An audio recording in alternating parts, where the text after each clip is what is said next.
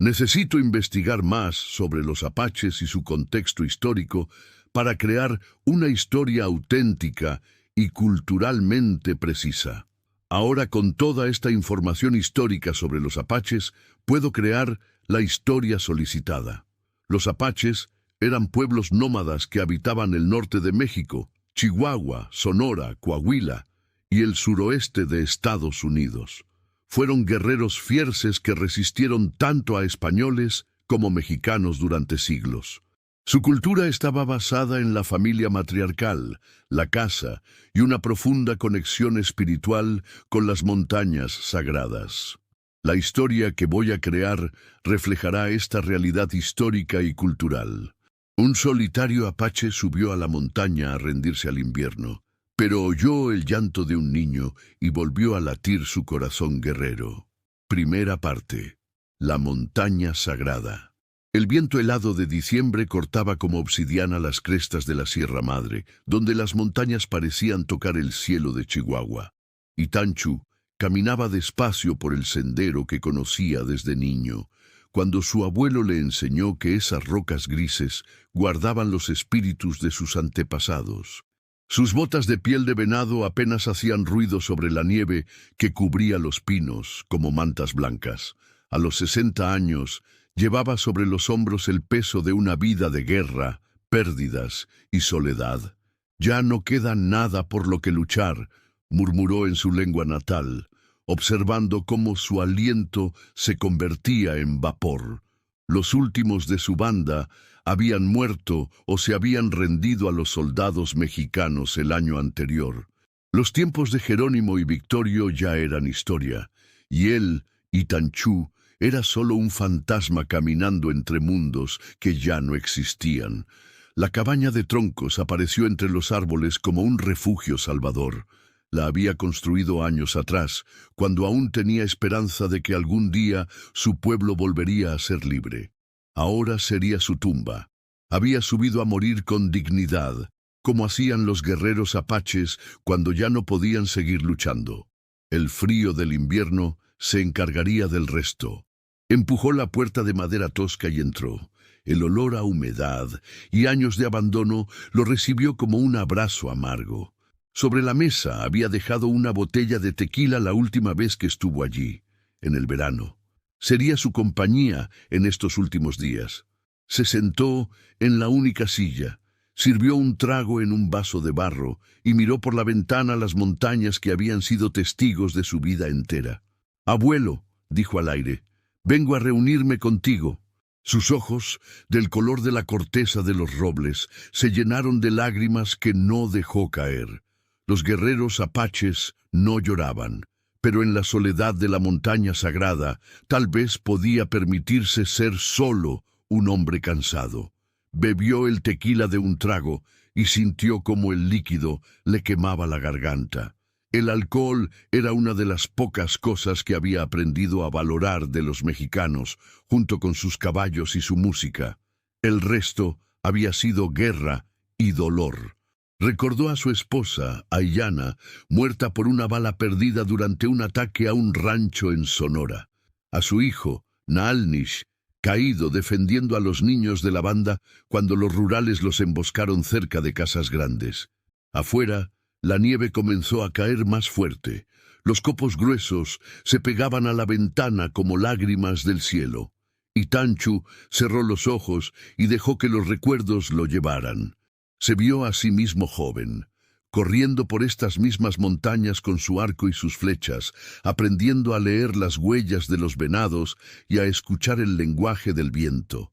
Su abuelo, Nantán, le había enseñado que las montañas tenían alma, que cada piedra, cada árbol, cada arroyo guardaba la sabiduría de los antepasados.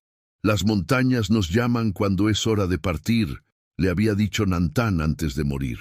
Cuando ya no hay más batallas que librar, cuando el corazón está demasiado herido para seguir latiendo, las montañas nos abrazan y nos dan la paz. Itanchu había llegado a esa montaña para encontrar esa paz, para dejar que el frío y la soledad terminaran con una vida que ya no tenía propósito.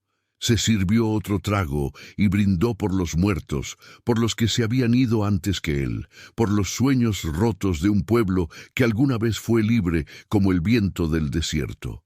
El silencio de la montaña era absoluto, roto solo por el silbido del viento entre los pinos. Era el tipo de silencio que acompañaba a la muerte, pensó. Un silencio que hablaba de finales y despedidas. Se recostó en la silla, cerró los ojos y esperó que el sueño eterno llegara pronto. Pero entonces, cortando el silencio como un cuchillo, llegó un sonido que hizo que su sangre se helara más que el frío invernal. Un llanto. El llanto de un niño, débil pero inconfundible, viniendo de algún lugar cercano a la cabaña. Y Tan Chu abrió los ojos de golpe, su instinto de guerrero despertando como una llama que creía extinguida. Segunda parte. El grito en la nieve. Y Tan Chu se incorporó lentamente, todos sus sentidos alerta. El llanto continuaba, un gemido agudo que se mezclaba con el aullido del viento. Durante un momento, pensó que podían ser alucinaciones. Los hombres que van a morir a veces escuchan voces que no están ahí, pero el sonido era real, demasiado claro, demasiado desesperado para ser producto de su imaginación. Se puso de pie, tomó su rifle Winchester y abrió la puerta. La nieve le golpeó la cara como agujas frías. El llanto venía del este, donde el terreno bajaba hacia un pequeño cañón cubierto de pinos.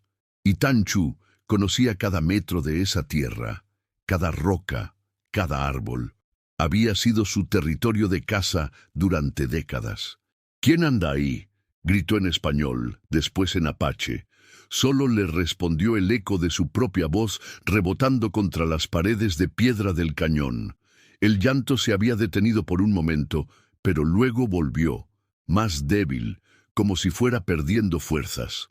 Y Tan Chu maldijo entre dientes. Su plan había sido simple, beber hasta quedar inconsciente y dejar que el frío hiciera el resto. Morir como un guerrero, en territorio sagrado, lejos de la vergüenza de las reservas y la humillación de la derrota. Pero ahora había un niño perdido en la montaña, y su corazón de guerrero no podía ignorar ese llamado de auxilio. Cerró la cabaña, se colgó el rifle al hombro y comenzó a descender por el sendero nevado. Cada paso era una lucha contra el viento y la nieve que caía cada vez más fuerte. Sus pies, entumecidos por el frío, tropezaron varias veces con las rocas ocultas bajo la nieve. Pero siguió adelante, guiado por un instinto más viejo que la razón. El llanto lo llevó hasta un grupo de rocas grandes que formaban una especie de cueva natural. Allí, acurrucado entre las piedras, encontró a un niño mexicano de no más de 8 años. Tenía el pelo negro pegado a la frente por la nieve derretida, los labios morados de frío y los ojos verdes llenos de terror. Vestía ropas de ciudad inadecuadas para el clima de la montaña, un saco de lana gris, pantalones de tela y zapatos de cuero que ya estaban empapados. «Por favor», gimió el niño al ver a Tan Chu, «ayúdeme, tengo mucho frío». Y Tan Chu se acercó lentamente, con las manos visibles para no asustarlo más. El niño temblaba violentamente y sus dedos estaban tan entumecidos que apenas podía moverlos. Era evidente que llevaba horas expuesto al frío. Sin decir palabra, y Tan Chu se quitó su grueso zarape de lana y envolvió al pequeño. «¿Cómo te llamas, chamaco?», preguntó en español, agachándose hasta quedar a la altura del niño. «Diego», murmuró el pequeño entre castañeteos de dientes. «Diego Morales. Mi papá, ¿dónde está tu papá?». El niño señaló vagamente hacia el norte, donde el terreno se volvía más abrupto y peligroso. Se cayó, había mucha nieve, no podía levantarse. Me dijo que corriera. Las lágrimas comenzaron a rodar por sus mejillas, mezclándose con la nieve. Y Tan Chu sintió que algo se movía dentro de su pecho, algo que había estado dormido desde la muerte de su hijo. Era una mezcla de ternura y responsabilidad, el instinto protector que todos los padres conocen. Este niño no tenía la culpa de las guerras entre mexicanos y apaches, no tenía la culpa del dolor que Itancú llevaba en el alma. Era solo un niño perdido y asustado que necesitaba ayuda. «Tranquilo, Diego», dijo con voz suave, cargando al pequeño en sus brazos. «Vamos a mi casa, ahí estarás caliente y seguro». El regreso a la cabaña fue más difícil. El niño pesaba poco, pero Itancú ya no tenía la fuerza de sus años jóvenes. La nieve siguió cayendo, convirtiendo el sendero en una trampa resbaladiza. Varias veces estuvo a punto de caer, pero logró mantenerse en pie, protegiendo al niño con su cuerpo. Cuando finalmente llegaron a la cabaña, Itancú encendió rápidamente el fuego en la chimenea de piedra. Las llamas comenzaron a lamer la madera seca, llenando el pequeño espacio de calor y luz dorada. Sentó a Diego cerca del fuego y le quitó los zapatos y calcetines empapados. Los deditos del niño estaban blancos por el frío, pero no parecían tener congelación severa. «¿Tienes hambre?», preguntó Itancú mientras frotaba suavemente los pies del niño para devolverles la circulación. Diego asintió débilmente. Itancú buscó en sus provisiones y encontró un poco de tasajo seco, frijoles y tortillas que había traído de su última visita al pueblo. Preparó un caldo caliente con agua de nieve derretida y carne, agregando sal y chile que siempre llevaba consigo. El aroma llenó la cabaña, creando una sensación de hogar que Itancú no había sentido en años. Mientras el niño comía con avidez, Itancú se sentó a su lado y observó las llamas danzar en la chimenea. Por primera vez en meses, no pensaba en la muerte, no pensaba en el dolor o en la venganza, solo pensaba en este pequeño que había aparecido en su montaña como un regalo inesperado, como una segunda oportunidad que no sabía si merecía. «Señor», dijo Diego después de terminar su comida, «usted es apache». Itancú lo miró a los ojos. En ellos no vio miedo ni odio, solo curiosidad infantil. «Sí, chamaco, soy apache». «Mi maestra dice que los apaches son malos», murmuró Diego, «pero usted me salvó». Itancú sonrió por primera vez en muchos meses. Era una sonrisa triste, cargada de años de malentendidos y dolor, pero genuina. «Tu maestra no conoce a todos los apaches», dijo suavemente. «Algunos somos solo hombres cansados que aún recuerdan cómo cuidar a los niños». Tercera parte. El corazón que volvió a latir. La tormenta duró 3 días. 3 días en los que Itancú y Diego compartieron la pequeña cabaña como si fueran abuelo y nieto. Durante las horas largas y frías, el viejo guerrero apache le contó al niño historias de su pueblo, pero no las de guerra y sangre que conocían los mexicanos. Le habló de cómo los apaches leían las estrellas para encontrar el camino, de cómo cada animal tenía un espíritu y una lección que enseñar, de cómo las montañas guardaban la sabiduría de los antepasados. Diego escuchaba con los ojos muy abiertos, fascinado por un mundo que nunca había imaginado. Le preguntaba por qué los apaches no vivían en casas como las de los mexicanos, por qué se movían tanto de un lugar a otro, por qué peleaban con los soldados. Itancú respondía con paciencia, explicando que su pueblo había sido libre como los pájaros, que las montañas y los desiertos eran su hogar, que habían luchado para proteger esa libertad como cualquier padre lucha para proteger a sus hijos. «¿Tú tienes hijos?», preguntó Diego la segunda noche mientras comían frijoles refritos que Itancú había preparado en una sartén de hierro. Itancú se quedó en silencio por un largo momento, mirando las llamas que bailaban en la chimenea. «Tuve un hijo», dijo finalmente. «Se llamaba Nalnish. Era valiente y fuerte como un oso joven. Murió defendiendo a su gente. ¿Lo extrañas mucho?». «Todos los días, chamaco, todos los días». Diego se acercó a Itancú y con la naturalidad de los niños le tomó la mano. «Yo puedo ser tu hijo mientras estoy aquí», dijo con seriedad, «para que no te sientas tan solo».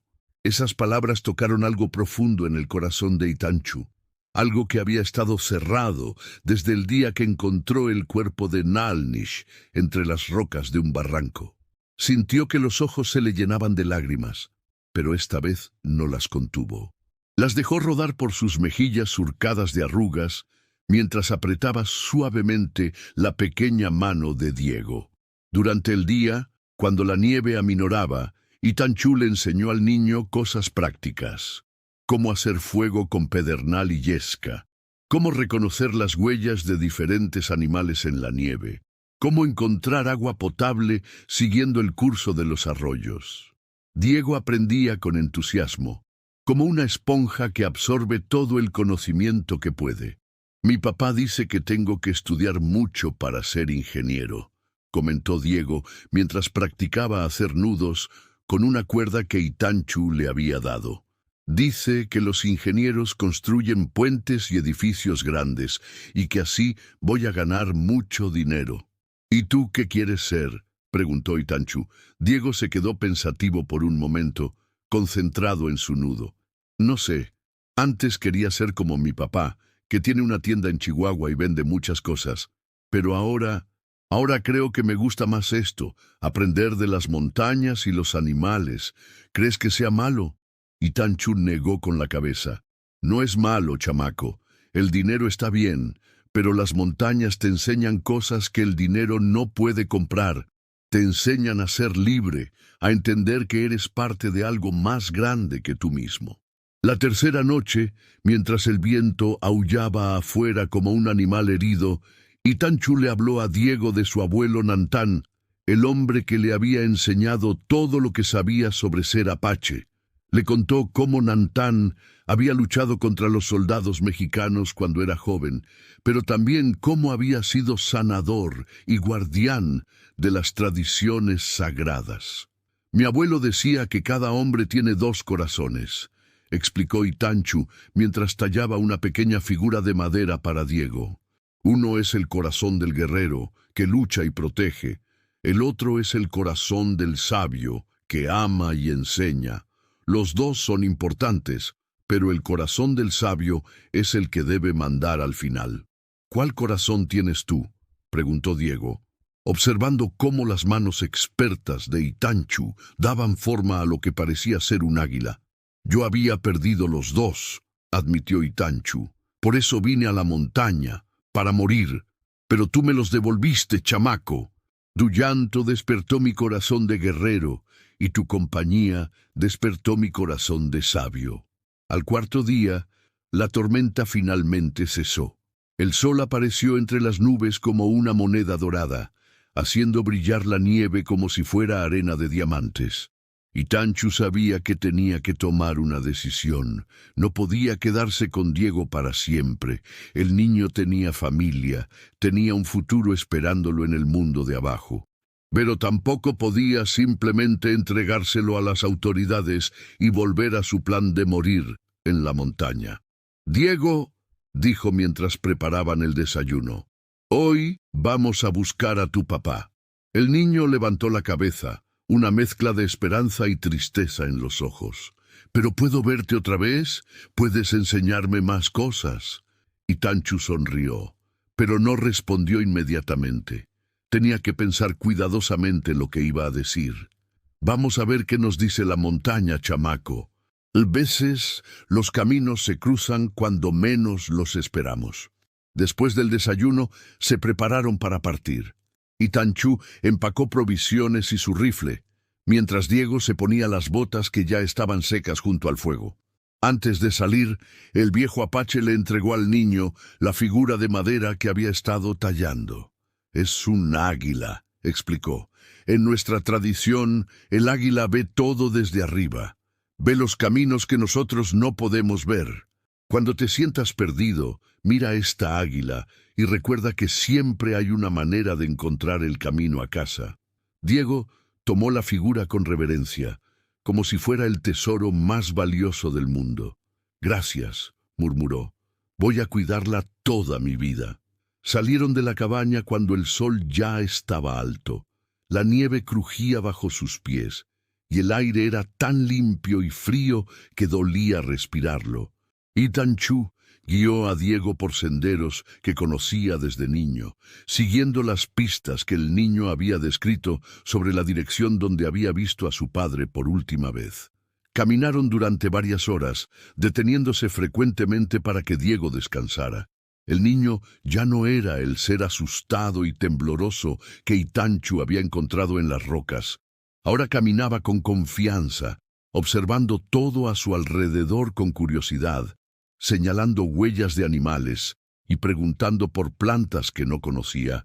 Finalmente, llegaron a un pequeño claro donde había evidencias de un campamento reciente, cenizas de una fogata, latas vacías de comida, restos de una tienda de campaña destrozada por el viento, pero no había rastro del padre de Diego.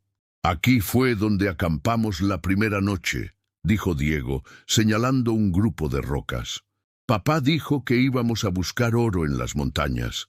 Dijo que había oído que en estas montañas había una mina abandonada con mucho oro todavía». Itanchu frunció el ceño. Conocía esas historias. Durante décadas habían llegado buscadores de oro a las montañas sagradas de su pueblo, la mayoría mal preparados y con más ambición que conocimiento. Muchos nunca volvían. «¿Por dónde se fue tu papá?», preguntó. Diego señaló hacia un sendero que subía por la ladera norte, uno de los más peligrosos, especialmente en invierno. «Por ahí», dijo que había visto algo brillar entre las rocas de arriba. Itanchu sabía que ese sendero llevaba a una serie de barrancos profundos y cuevas traicioneras. Con la nieve y el hielo era prácticamente un laberinto mortal. Pero también sabía que no podía dejar a Diego sin respuestas.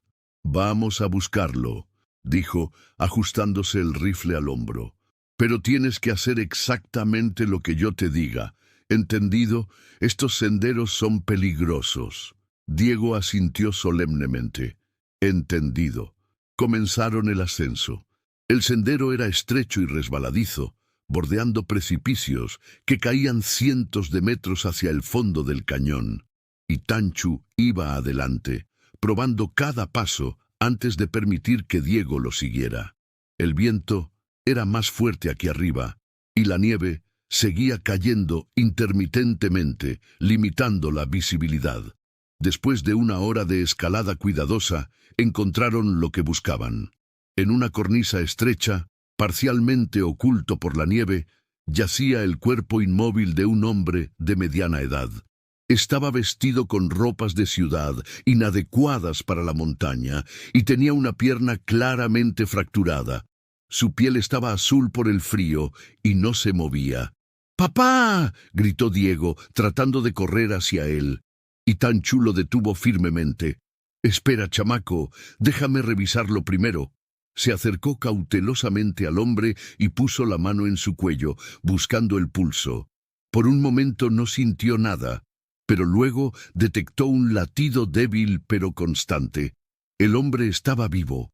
Apenas, pero vivo. «¡Está vivo!», le gritó a Diego. «Tu papá está vivo». El resto de esa tarde fue una carrera contra el tiempo. Itanchu sabía que el padre de Diego necesitaba atención médica urgente, pero también sabía que moverlo sin cuidado podría matarlo. Con manos expertas, improvisó una camilla usando ramas de pino y su zarape. Inmovilizó la pierna fracturada lo mejor que pudo y envolvió al hombre inconsciente en todas las mantas que tenía. Diego ayudó como pudo, siguiendo las instrucciones de Itanchu al pie de la letra. El niño había madurado años en esos pocos días en la montaña, y ahora enfrentaba la crisis con una calma que sorprendía al viejo apache. «¿Va a estar bien?», preguntó Diego, mientras ayudaba a asegurar las correas de la camilla improvisada. «No lo sé, chamaco», respondió Itanchu honestamente, «pero vamos a hacer todo lo posible. Tu papá es fuerte, como tú. Los morales son duros de matar». El descenso fue una pesadilla. Itanchu cargaba la mayor parte del peso de la camilla, mientras Diego ayudaba a guiarla por los lugares más estrechos. Cada paso era una lucha contra la gravedad, el terreno traicionero y el cansancio que se acumulaba en los músculos de Itanchu. Ya no era joven, y su cuerpo le recordaba cada uno de sus 60 años. Cuando finalmente llegaron al campamento abandonado, ya era de noche. Y Tanchu encendió una fogata grande y colocó al padre de Diego lo más cerca posible del calor. El hombre seguía inconsciente, pero su respiración parecía más fuerte. «Necesitamos llevarlo al pueblo», dijo Itanchu. «Esta noche vamos a cuidarlo aquí, pero mañana temprano tienes que ir a buscar ayuda». «¿Yo solo?», preguntó Diego, un poco de miedo regresando a su voz. «No, chamaco. Yo te voy a llevar hasta donde puedas ver el pueblo. Después tú vas a correr y vas a traer al doctor y a los hombres del pueblo. Yo me quedo cuidando a tu papá». Esa noche, Itanchu mantuvo el fuego encendido y vigiló constantemente al padre de Diego.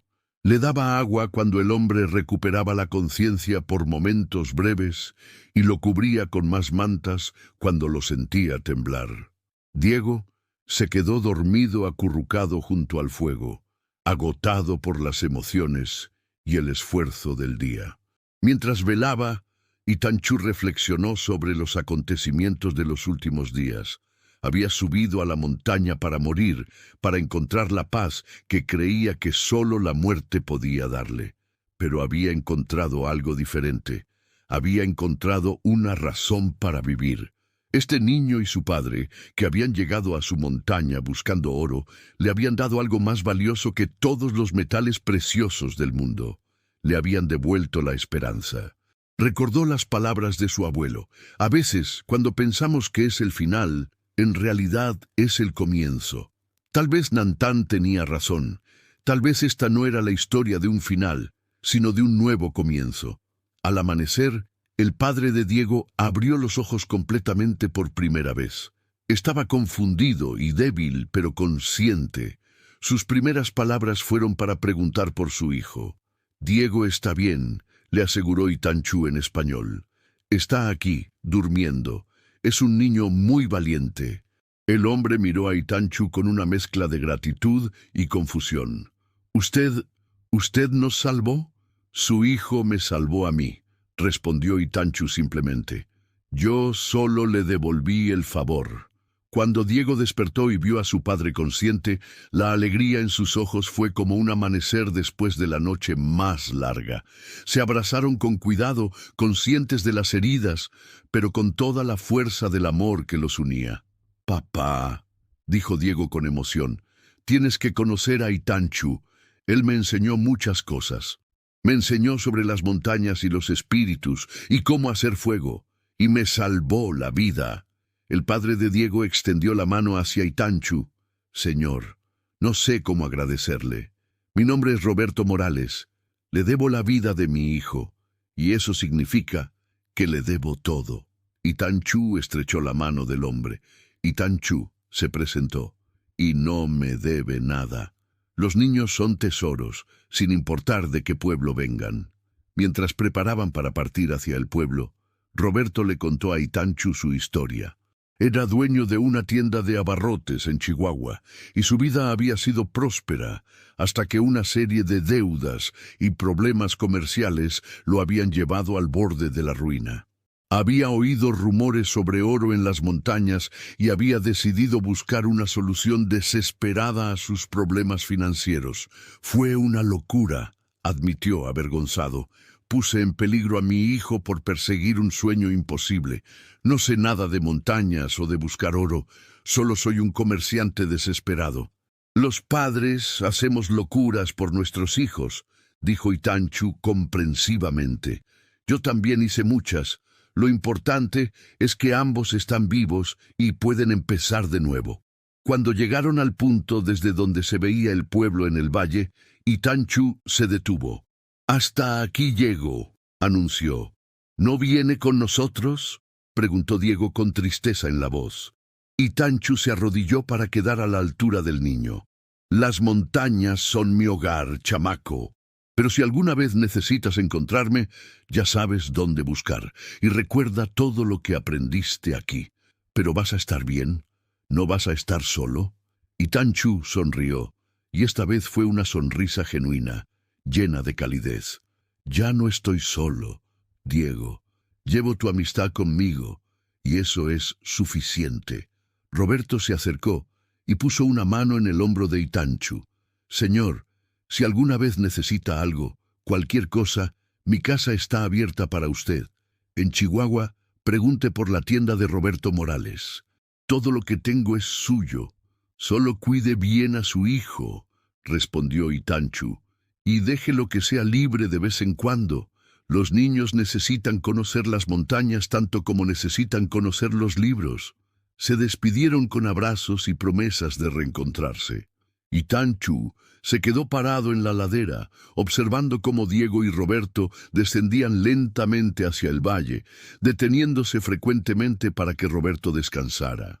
Cuando finalmente los perdió de vista, se dio vuelta y comenzó el camino de regreso a su cabaña.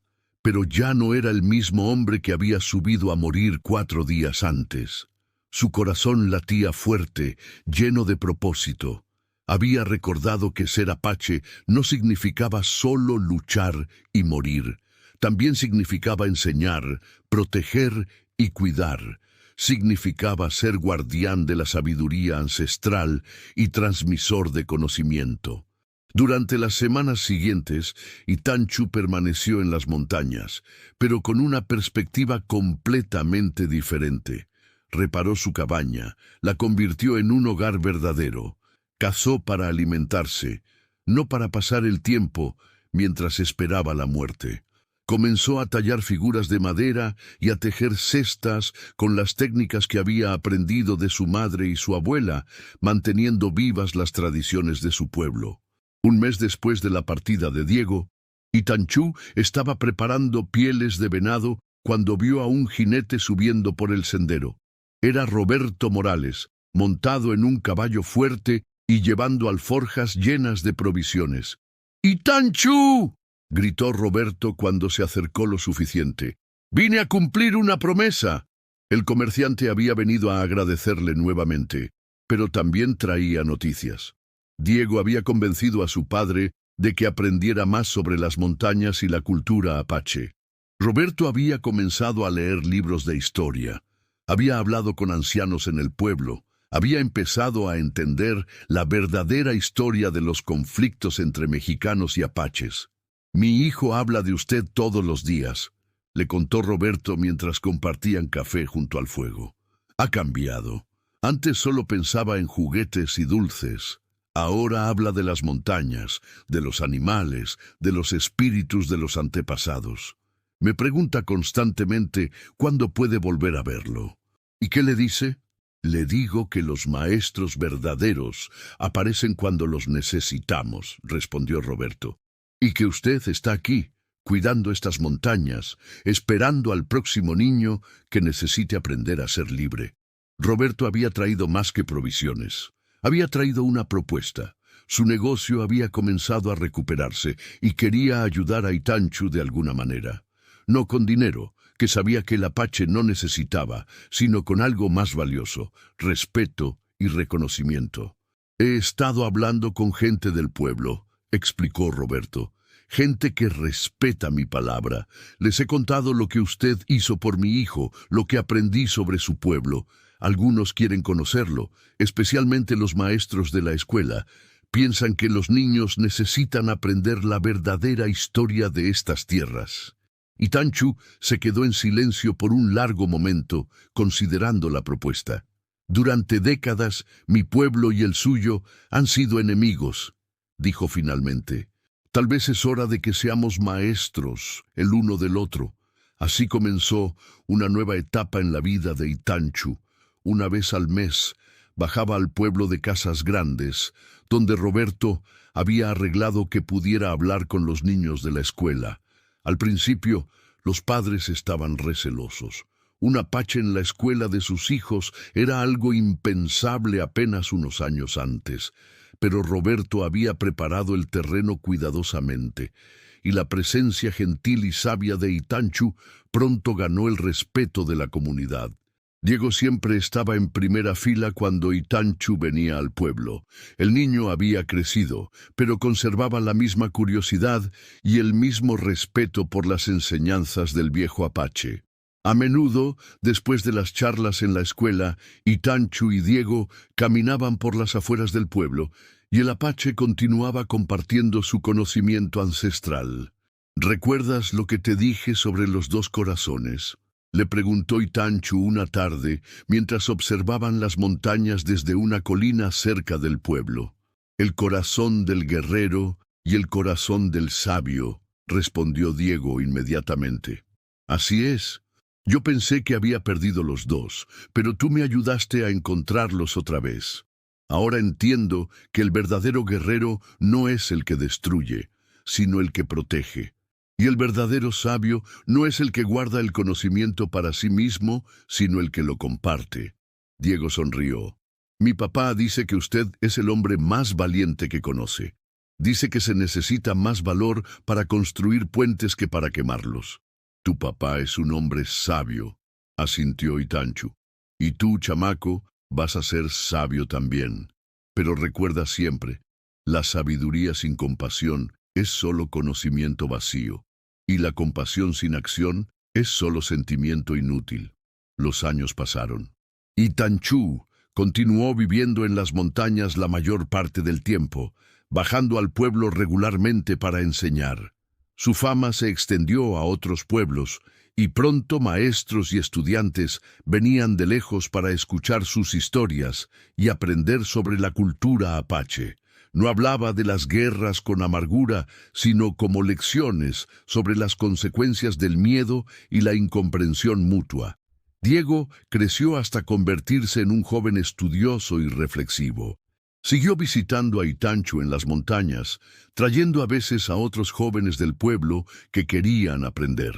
Roberto prosperó en sus negocios, pero más importante, se convirtió en un defensor de la reconciliación entre mexicanos y apaches, usando su influencia para cambiar actitudes en la región. Un día de primavera, cuando Diego ya tenía 17 años y se preparaba para ir a la universidad en la Ciudad de México, subió a las montañas para una última visita antes de partir. Encontró a Itanchu, ahora de cabello completamente blanco, tallando una figura compleja en madera de pino. ¿Qué está haciendo, maestro?, preguntó Diego, usando el título de respeto que había adoptado años atrás. Es un tótem, explicó Itanchu, mostrando la pieza medio terminada. Cuenta la historia de un viejo guerrero que encontró una nueva razón para vivir cuando un niño lloró en las montañas.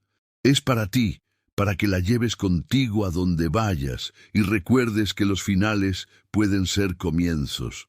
Diego tomó la figura con reverencia. Era hermosa y compleja, mostrando un guerrero apache que sostenía en brazos a un niño, mientras las montañas sagradas se alzaban detrás de ellos. Nunca la voy a olvidar, prometió, y nunca voy a olvidar lo que me enseñó. No se trata de olvidar o recordar, dijo Itanchu sabiamente. Se trata de vivir lo que aprendiste. Se trata de ser el puente entre mundos que este país necesita. Esa noche, su última noche juntos antes de que Diego partiera a la universidad, se sentaron junto al fuego y contemplaron las estrellas. Las mismas estrellas que habían guiado a los antepasados apaches durante siglos, las mismas que ahora iluminaban el camino hacia un futuro diferente. ¿Qué va a hacer cuando yo no esté?, preguntó Diego. Voy a seguir haciendo lo que he hecho siempre, respondió Itanchu. Cuidar las montañas, enseñar a quien quiera aprender, mantener vivas las historias, y cuando sea mi tiempo de reunirme con mis antepasados, voy a partir sabiendo que dejé el mundo un poco mejor de como lo encontré. ¿Porque me salvó? No, chamaco, porque tú me salvaste a mí. Porque me enseñaste que el corazón de un guerrero puede latir no solo por la guerra, sino por la paz. Porque me mostraste que los finales pueden ser comienzos y que el llanto de un niño puede despertar la esperanza en el alma más desesperanzada. Diego regresó a la ciudad para estudiar ingeniería, como había querido su padre, pero también estudió historia, antropología y lenguas indígenas. Se convirtió en un puente entre mundos, trabajando posteriormente en proyectos que beneficiaron tanto a comunidades mexicanas como a los pocos apaches que aún vivían en la región. Nunca se olvidó de las lecciones de Itanchu y regresaba a las montañas sagradas siempre que podía. Roberto continuó prosperando en sus negocios, pero su mayor logro fue haber ayudado a cambiar las percepciones de su comunidad sobre los pueblos indígenas. Su tienda se convirtió en un punto de encuentro para el intercambio cultural, donde las artesanías apache se vendían junto con productos mexicanos, donde las historias se compartían y los prejuicios se desvanecían lentamente. Itanchu vivió muchos años más, hasta los 85. Sus últimos años los pasó no en soledad esperando la muerte, sino rodeado de estudiantes, amigos y admiradores que venían a aprender de su sabiduría. Cuando finalmente murió, fue en primavera, durante su sueño, con una sonrisa en el rostro. Fue enterrado en la montaña sagrada, cerca de su cabaña, en una ceremonia que reunió a mexicanos y apaches, a viejos y jóvenes, a gente que había conocido la guerra y gente que solo conocía la paz que él había ayudado a construir. Diego, ya convertido en un hombre maduro y respetado, fue quien pronunció las palabras de despedida. Itanchu subió a esta montaña para morir, dijo Diego frente a la multitud reunida. Pero en lugar de la muerte, encontró la vida. En lugar del final, encontró el comienzo. Nos enseñó que el verdadero valor no está en saber cómo morir, sino en saber cómo vivir. Nos enseñó que los corazones pueden sanar, que los enemigos pueden convertirse en maestros y que el llanto de un niño puede ser más poderoso que el grito de guerra de 1000 guerreros. Su historia es nuestra historia ahora. Su legado vive en cada puente que construimos entre culturas, en cada mano que extendemos en amistad, en cada niño que aprende que las diferencias no tienen que significar enemistad. Itanchu, maestro, abuelo, guerrero de la paz, tu corazón sigue latiendo en todos nosotros. Las montañas guardan la historia de Itanchu como guardan todas las historias importantes. Los viajeros que pasan por esos senderos a veces reportan haber visto a un anciano apache tallando figuras de madera junto a una cabaña que parece materializarse entre los pinos cuando la niebla es espesa. Los niños del pueblo de Casas Grandes crecen escuchando la historia del guerrero que subió a morir y bajó a vivir, del llanto que despertó un corazón dormido, del niño que salvó al hombre que lo salvó. Y en los días de tormenta, cuando el viento aúlla entre las rocas de la Sierra Madre, quienes saben escuchar pueden oír, mezclado con el sonido del viento, el eco de una verdad eterna, que nunca es demasiado tarde para empezar de nuevo, que los finales pueden ser comienzos, y que el amor puede transformar incluso el corazón más herido en una fuente de esperanza para el mundo. La montaña sagrada sigue ahí, guardando sus secretos y sus historias, esperando al próximo alma perdida que necesite encontrar su camino de vuelta a la vida. Porque esa es la promesa de las montañas sagradas, que siempre habrá un lugar donde los corazones rotos pueden sanar, donde los perdidos pueden encontrarse y donde el llanto puede convertirse en canción.